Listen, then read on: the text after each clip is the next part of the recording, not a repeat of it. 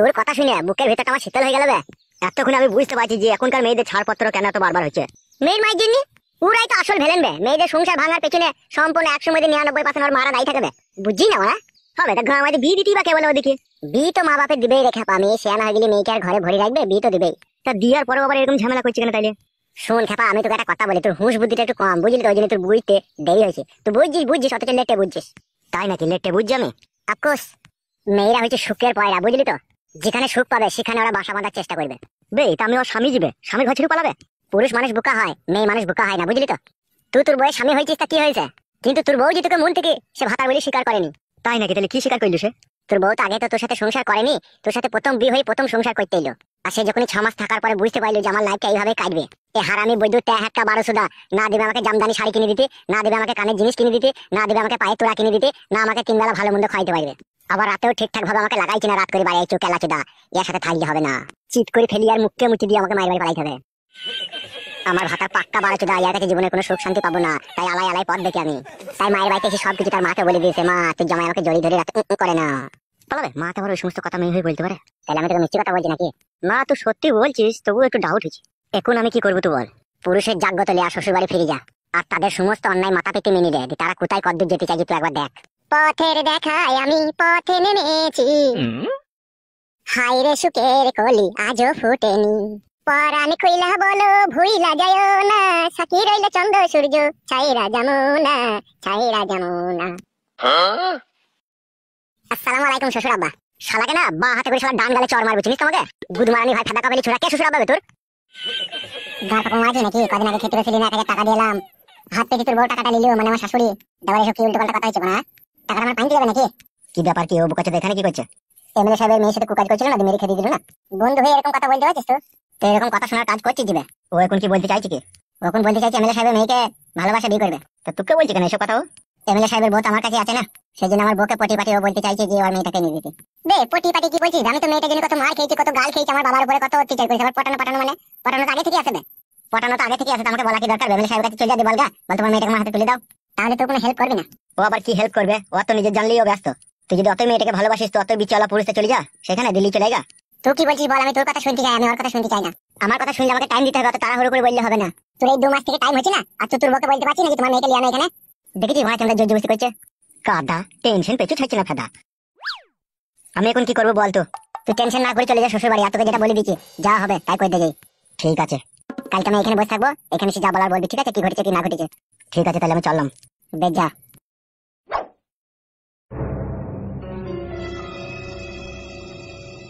তাহলে আমার কি হবে? তুই ফাদা মুখ ছোড়া হ্যান্ডেল মারগা, তোকে আর এমএলএ মেয়েকে বিয়ে করতে হবে না। বাল কপালি চিদার জীবনটা হারিয়ে কালি করে দিল ফাদা আমার। আমি তো জীবন হারিয়ে কালি করে দিলাম না, তুই করে দিলি বে। এমএলএ মেয়ের পাখানে কি এতই রস, সেই রসে মুড়ি ভিজে খেতে চাস তুই? শুধু মুড়ি ভিজে খেতে চাই না, গিলাসে এলি পি মেরে খেতে চাই আমি। সর্বনাশ।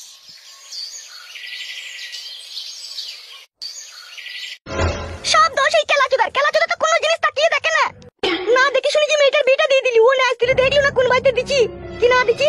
তুই মাংমারানি কেলাচুদি মাগি আমার আর মাথাটা গরম করি না, বুঝলি তো? তোর কথা শুনে আমার বিচির বিষ মাথায় উঠে গেছে। এ মা তোরা ঝগড়া করবি বলতো? এ মা আমি তো ঠিক কথাই বলছি রে, ও না বুঝি না শুনি তোর বিয়েটা দিয়ে দিলু, এবার তোর কপালটা পুইলি তো বল। এ মাগি, মেয়ের কোনো দোষ নাইলো, মেয়েটাকে যত আশকাটা দিচ্ছিস তুই ঢেমন, তুই হচ্ছিস পাক্কা ঢেমন। মান মুখ মাঙে ছোড়া ফেদা করবেটা কি বলছিলা? ছোড়া আবার আমার দাস দিছিলা? ফিদা কুকুর বেটা, আমি তোকে বলেছিলাম তুমি এটা বিয়ে দিয়ে দিবি বাড়িতে। এলো মাগি, তা মেয়ে বড় হয়ে তো বিয়ে দিতে হবে না? বিয়েটা যে দিলি রে লো কুকুর বেটা, তুমি এটা কোন থাকতে চাইছ না কেন?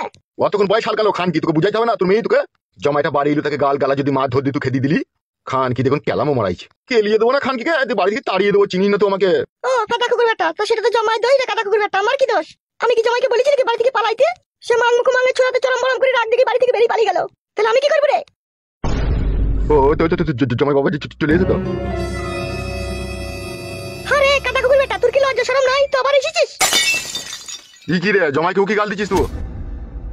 না না, ও ফেদা কুকুর বেটা যে কুকুরের মতো রাত দিকে পালিয়ে গেল, তো আমার আসার কি দরকার ছিল ওর? এসেছি কি আমি সাদেরে শাশুড়ি মা, অনেক দুঃখ কষ্ট নিয়ে এসেছি আমি তোর পাকানে চুমু খাবো বলে। খবরদার জামাইয়ের সাথে ঝগড়া শান্তি করু না। কি ও কেলাচোদার সাথে ঝগড়া শান্তি করবি? আমার বাল কিনতে করার লিগে ও এসেছে, মানুষের বাচ্চার মতো থাকলে থাকবি, না থাকলেও চলে যাবে। এটা কি হইলো? এটা আমি তোমাকে সিগন্যাল দিলাম মা, আমি ভেড়ার পাটা। দেখো আমার কথাটা শুনো। জি আমার শোনাবো, বলো। তুমি যদি ভদ্রভাবে আমার সাথে সংসার করতে চাও, আর আমি যা কিছু করবো তা যদি মেনে নিয়ে আমার সাথে সংসার করতে চাই, তাইলে এখানে থাকো, আর তুমি এখান থেকে চলে যাও। মেনে নেবো বিবি জান আমার, তোমার সব কিছু মেনে নেবো, তুমি যা খুশি করবে আমি সবই মেনে নেবো। আমি তো ভেড়ার পাটা হয়ে তোমাদের কাছে এলাম ধরা দিতে। এই বালচুদা ম্যা কইছি কেন? আব্বা গো তুমি রাগ করো না, আমি যদি একটু প্রমাণপত্র না দিই আমি এই বাড়ির জমাই, আমি একদম গারল ভেড়া, বউ আর শাশুড়ি যা বলবে তা আমি মাথা পেতে মানবো, সেই জন্য একটু প্রমাণ দিলাম। ইগিরা প্রমাণ দিতে হবে না আব্বা, তুমি রাগ করলে হবে কি করে শোনা আব্বা আমার, তুমি বয়স্ক লোক, তুমি আমার শ্বশুর, তুমি তো সবই বুঝো আব্বা জান, বুঝো না বলো? মনে আবার তোমার কোনো কুমতলব নাই তো? আমাকে বেশি সন্দেহ না করলে আমি খুশি হতাম শাশুড়ি মা। আমি তোমার মেয়ের জনির জং ছাড়াবার দায়িত্ব নিয়েছি, আমাকে সন্দেহ করাটা ভুল হয়েছে না মা? এ বোকাচুদা ঘরে যা তো, বালচুদা আমার খুব কথা বলে। এই তুই ঘরে নিয়ে যা। ঘরে এসো। হ্যাঁ শোনা বউ আমার, চলো। কি ব্যাপার, জমাই এত সহজে সবকিছু মেনে নিল? কি হলো, তুমি কি চিন্তা ভাবনা করছো? যাও রান্না বান্না চাপাও, যাও। যদি কোনো ঘটনা ঘটে তার জন্য দেখবে তোমার মাথায় ঝাঁটা মারবো বলে দিলাম তোমাকে আমি। এ যা তো ফেদা, ঘটনা মানাইতেছে, যা রান্না করগা। কি লাচুদা মিন সে অকর্মাচুদা পুরুষ, এই দিকের বেলায় নাই ওই দিকের বেলায় খুব ভালো আছে ফিতা কুকুর বিটার। কেলা চুদি মাগি, তোকে জীবনে সুখ পেলাম লালো, তুই এমন জাঙ্গিয়া ভাতারি বউ আমার। আশ কাটা বটির পাটা খুইলে পাটাই করে মাঙে চাটাম করে মারলে বুঝতে পারছিলাম আমি তোর কেমন ভাতা। তুই যখন আমাকে স্বামী বলেই মানবি না, তখন ফুল সজ্জা রাতে দুধের সাথে বিষ পাইল করে আমাকে খই দিতেই পারতিল, তাইলে এত কষ্ট এত যন্ত্রণা আমাকে আর সহ্য করতে হতো না রে বাড়া। বিয়ে করে মানুষ সুখের জন্য, আর সেই বিয়ে করে আমার জীবনে যে এত সুখ এসেছে, আমাকে রাত দিন কাঁদা ছাড়া আমার কোনো রাস্তা নাই রে বাড়া। তুই কি চাচ্ছিস বল, তোর মনের কথা বল। আমার একটাই কথা, থাকতে হলে তোমাকে এখানে ঘর জামাই হয়ে থাকতে হবে, আমি তোমাদের বাড়ি যাব না। শোনা বউ আমার, একবার আমার দিকে তাকাও। না আমি তাকাবো না তোমার দিকে, তোমাকে দেখতে ভালো লাগে না। তাকাও জান আমার ময়না পাখি। বালের ময়না পাখি, তখন মায়ের কথা শুনে আমাকে মারছে, আমাকে গাল দিচ্ছে, দেখুন আমাদের বাড়ি এসেছে বলে আমাকে কোন ময়না পাখি মারাইতে এসে। তাকাও না একবার আমার দিকে। আমি তোমার স্বামী, যে কোনো জিনিসের বিনিময়ে আমি তোমার সুখ চাই, কিন্তু তুমি এটুকু তো আমাকে বলো, তুমি কি আমার সুখ চাও? সুখ চাই, কিন্তু আমাদের বাড়িতে থাকতে হবে তোমাকে। এটাই কি তোমার শেষ কথা আমার জান? মেয়েদের ভালোবাসা ছেলেরা কখনো ভুলতে পারে না, আর তুমি আমার বউ, আমি তোমাকে মনে প্রাণে ভালোবাসি। আমি একজন ছেলে, তুমি একজন মেয়ে, অতএব আমরা দুজনের স্বামী স্ত্রী। আমাদের দুজনের মাঝে যে ভালোবাসার সৃষ্টি হয়েছে তা কখনো শেষ হয়ে যাওয়ার নয়, কিন্তু সেই ভালোবাসাটাকে তিলে তিলে শেষ করে দিয়েছে তোমার মা ঢেমুন। ঢেমুন মাগি দু রকমের হয়, একটা কাঁচা ঢেমুন হয়, একটা পাকা ঢেমুন হয়। তোমার মা মানে আমার শাশুড়ি কাঁচাতে আর পাকাতে পাইল করে পাকা ঢেমুন। তারপরেও যেটা বলতে ইচ্ছা হচ্ছে, তোমার মা হচ্ছে 7 ঢেমুনের 1 ঢেমুন। ভাষাটা ঠিক করে বলো ঠিক আছে, খবরদার আমার মাকে গালাগালি দিও না। কেন গাল দেবো না আমার সোনা বউ, তুমি বলতে পারো। তোমার মা তো চাইছে না তুমি আমার সাথে সুখের সংসার করো, তোমার মা তো চাইছি জমাই ফাদা কুকুর বেটা এই বাড়ি থেকে পালাক। ও ধোয়ানি কুকুর বেটা, আলোর কুকুর বেটা, পুসানি কুকুর বেটা। আমার মা তোমাকে এইভাবে কোনোদিনও গাল দিয়েছে তুমি বেশি বেশি করে বলছো? দেই রে শোনাবো, তুই বুঝছিস না। আমার উপরে যদি তোর মায়ের রাগই না থাকতো, তোর মা যদি আমাকে গালি না দিত, কখন আমাকে ভালোবেসে আদর করে জামাই বলে স্বীকার করলি তুই, আর বলতো বাপ জামাই আমার মেয়েকে নিয়ে যাও, আর যেন ঝগড়া অশান্তি করো না। কিন্তু তোর মা যে একবারই বলছে আমার বিটিয়া যাবে না, তুই বাড়ি থেকে পালা। তাহলে আমি এখন কি করে বুঝবো যে তোমার মা আমাকে ভালোবাসা গাল দেয় না? তুমি এখন 1 মাস থাকবে, তারপর আমি সিদ্ধান্ত নেব আমি যাবো কি যাবো না। আর তার আগে যদি তুমি তাড়াহুড়ো করো, কিন্তু আমি যাবো না বলে দিচ্ছি। তাহলে এখন আমি কি করবো, তোমাদের বাড়িতেই থেকে যাবো এখন 1 মাস? থাকো। এটাই কি তোমার শেষ কথা? হ্যাঁ এটাই আমার শেষ কথা। আমি কিন্তু মায়ের কথা অমান্য হতে পারবো না, মায়ের কথা অমান্য হলে কিন্তু মা আমাকে ভালোবাসবে না, আমাকে গালাগালি দিবে, আর কখনো বাড়ি ঢুকতে দিবে না। সে তোমার মা ঢুকতে দিল আর না ঢুকতে দিল তাতে তো কোনো এসে যায় না, তুমি তো আমার বউ, আমার কাছে থাকবে। এখন 1 মাস থাকতে বলেছি থাকো, তারপর আমি চিন্তা ভাবনা করবো কি করবো কি না করবো, ঠিক আছে? আমি এখন বলির পাটা, আমার এখন তসলাই মাথা ঢুকে আছে, এখন তোমরা যেইভাবে কাটবা সেইভাবে আমাকে কোপ খেতে হবে। কিছু কি আর করার আছে শোনাবো? তুমি যে তোমার মায়ের সাথে মিশে গেছে জান।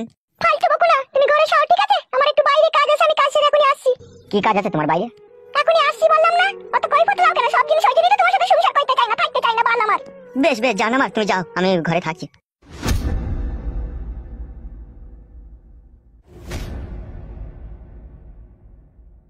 বউরে, শুধু তোকে ভালোবাসি বলে বুকা পাটা হয়ে তোর বাড়িতে থেকে গেলাম, কিন্তু আমিও ইয়া শেষ দিকে ছাড়তে চাই, তোরা কি কদ্দুর করতে পারিস। তবেই আমার নাম কালো কুকুর।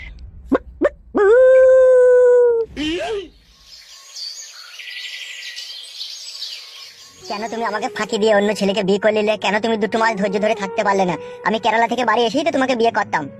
তুমি বিশ্বাস করো, আমি তোমার জন্য পাহাড়ের মতো ধৈর্য নিয়ে তোমার অপেক্ষা করেছিলাম, কিন্তু তুমি বিশ্বাস করো সেই পাহাড়কে ভেঙে চূর্ণ বিচূর্ণ করে দিল আমার বাবা।